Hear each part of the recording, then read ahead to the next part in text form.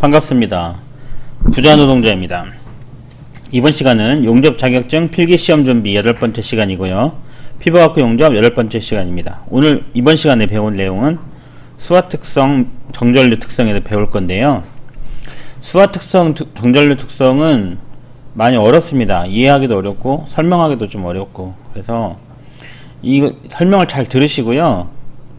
난 도대체 무슨 말인지 모르겠다, 그런 분들 있거든요. 그러면 피부과학과 용접의 특징이 수화특성과 정전류 특성이다, 이 정도만 피부과학과 용접의 특징은 수화특성과 정전류 특성이다, 이것만 외우셔도 돼요.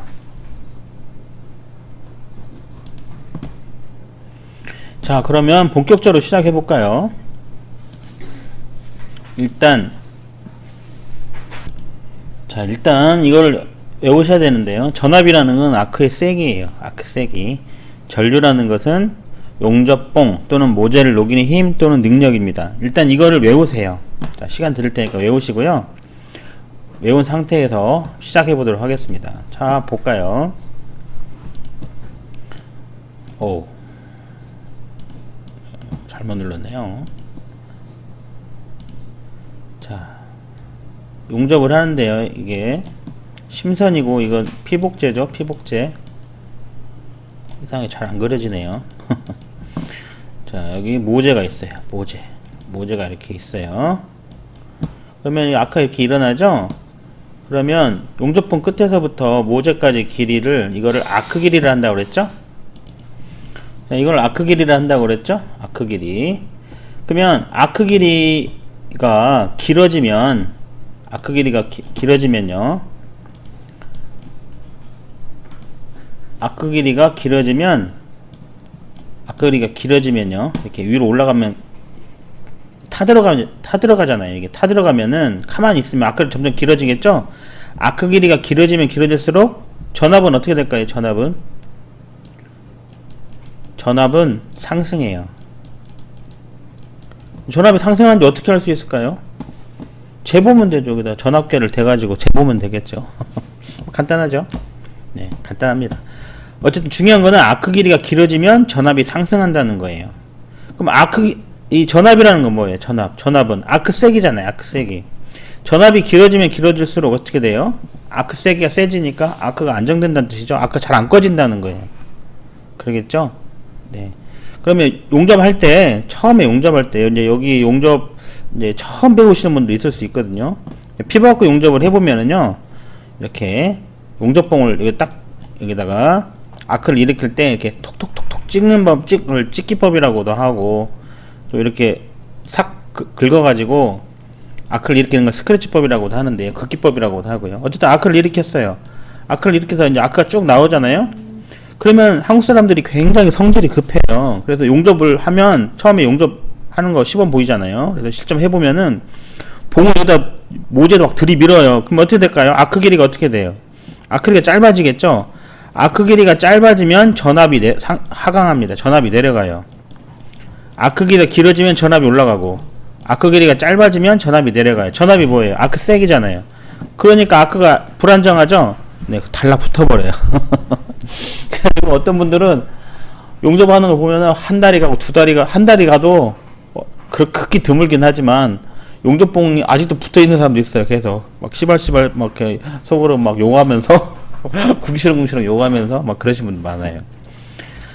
그러니까 처음에 용접할 때 아크가 처음에는 모재도 식어 있고 용접봉도 식어 있잖아요. 그래서 처음에 아크가 잘 안 일어나거든요. 그러면 아크가 처음에 용접할 때 아크 일으키려면 어떻게 해야 되겠어요? 아크를 일으킨 다음에 아크 길이를 좀 길게 해서 가만히 머무르고 있으면은 전압이 계속 상승하겠죠? 그러면 아크가 세지잖아요. 그러면 아크가 안정된단 말이에요. 그러니까 처음에는 용접을 할 때 아크를 안정시키기 위해서 아크 길이를 조금 줄 필요가 있습니다. 그러니까 처음부터 들이밀지 말라는 거죠. 네.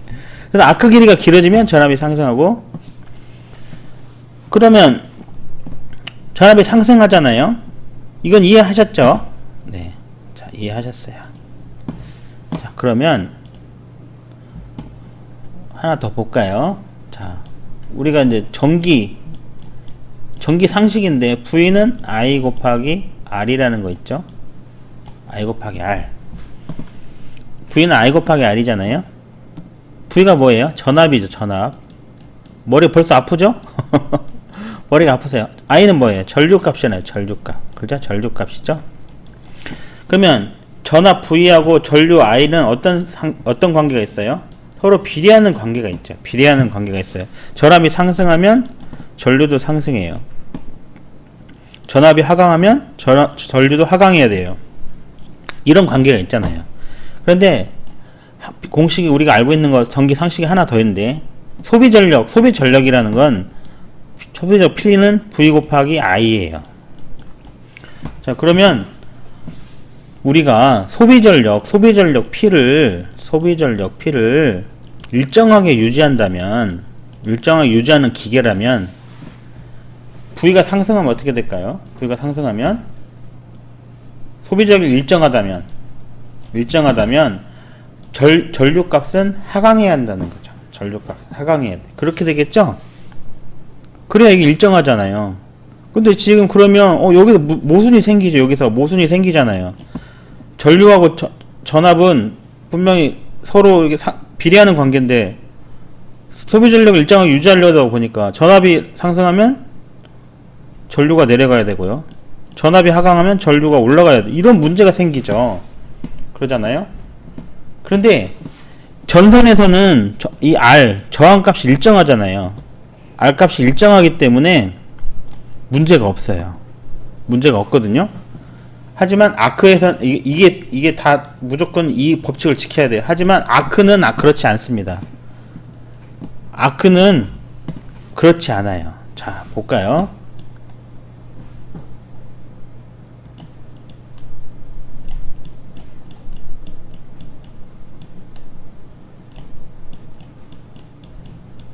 자, 이렇게 이게 심선이죠? 얘는 피복제예요. 얘는 모제예요.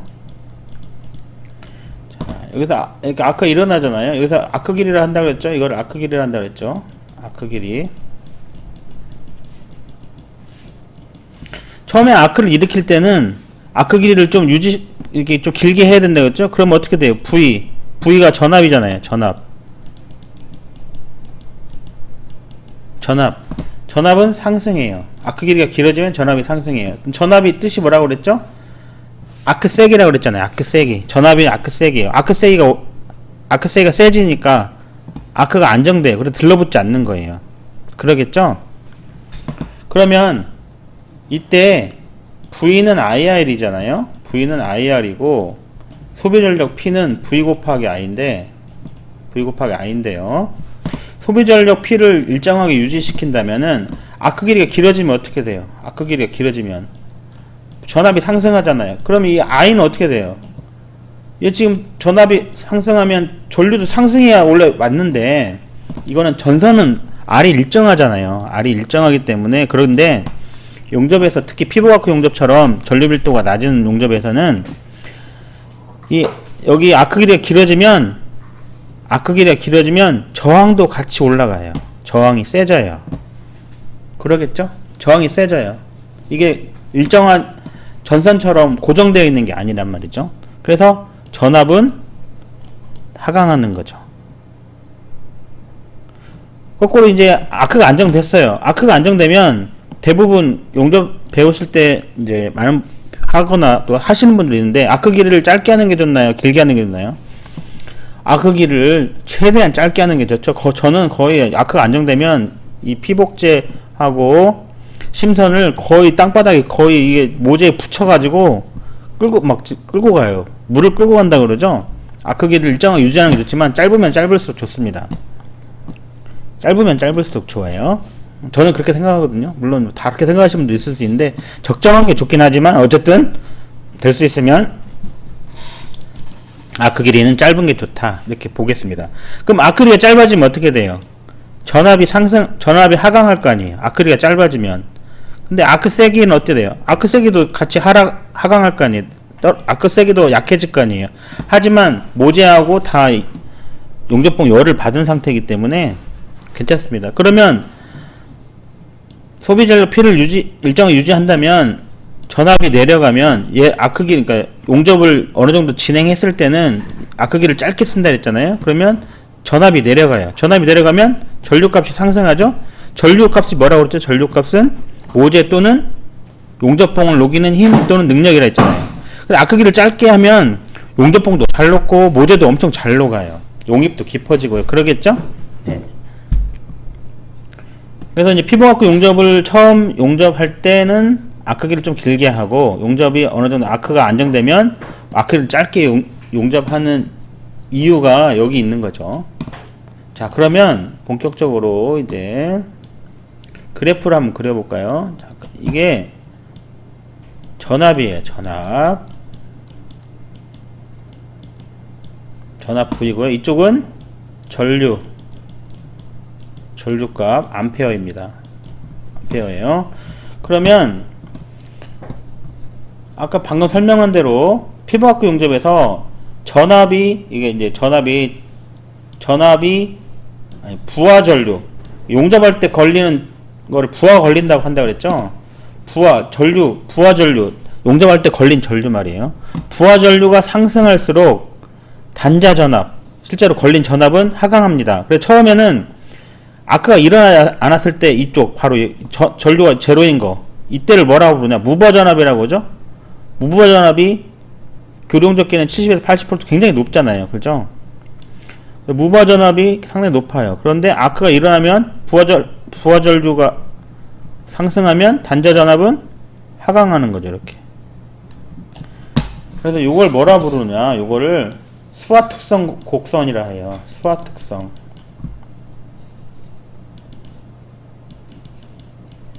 수화특성 곡선이다. 수화특성은 피부과학 용접에서, 특히 수동 용접, 피부과학 용접 같은 수동 용접, 전류 밀도가 낮은 수동 용접에 주로 일어나고요.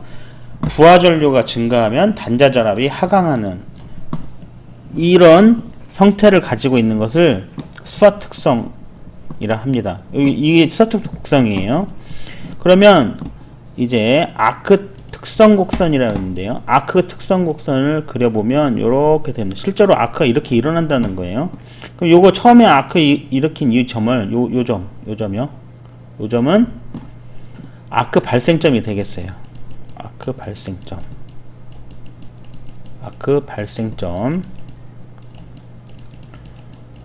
자, 아크가 발생했어요. 그러면 실제로 이제 아크가 안정될 거 아니에요. 그러면 아크가 안정됐을 때는 요 점, 이거는 아크가 안정된 아크점이에요. 아크가 안정되면 요 점이 되는 거죠. 그러면 우리가 사용한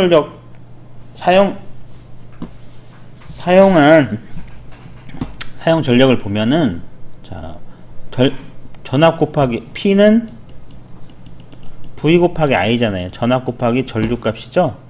자, 그러면 자, 이렇게 요 부분이 이렇게, 제가 좀 잘못 그렸네. 이게 원래 같아야 되는데 잠시만요.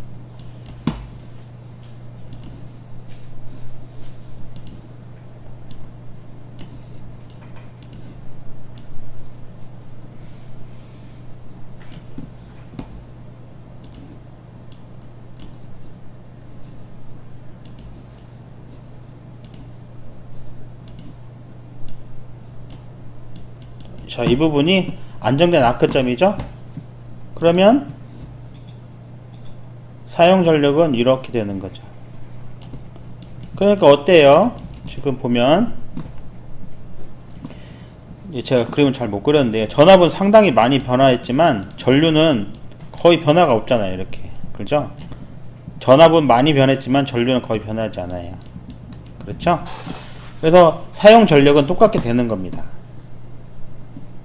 자, 그래서 수화특성이란 건 뭐냐면, 부하 전류가 증가하면 단자 전압이 내려가는, 피부과학 용접에서 일어나는 이런 현상을 수화특성이라 해요. 자, 그러면 수화 특성이라는 것을 한번 볼까요? 수화 특성이라는 것은 부하 전류가 증가하면 단자잡이 낮아지는 특성을 수화 특성이라고 하고요.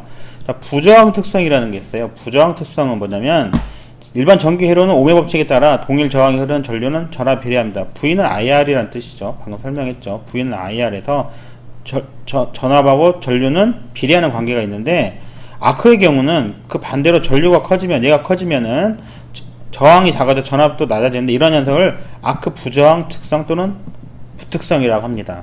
부저항 특성, 부특성은 같은 말이네요. 그죠? 자, 그러면 이거 전류가 커지면 전류가 상승하면 전압이 낮아진 거. 많이 봤잖아. 이거 뭐예요? 수화 특성이죠. 그러니까 결국 수화 특성하고 부저항 특성은 거의 같은 얘기예요. 피복아크 용접기의 특성은 1번 수화 특성, 2번 부저항 특성 또는 부특성이라고 한다고 했죠. 부특성 이렇게 됩니다. 자, 그 다음 자, 그리고 피복아크 특성 세 번째는 정전류 특성이에요. 정전류 특성은 아크 길이와 전압이 변화해도 전류는 거의 변하지 않고 아크가 지속되는 특성, 이걸 정전류 특성이에요. 아까 잠깐 설명했었죠. 전압은 많이 변하는데 이렇게 전류 이게 이쪽이 전압이고 이쪽이 전류잖아요. 여기는 거의 변화가 없잖아요.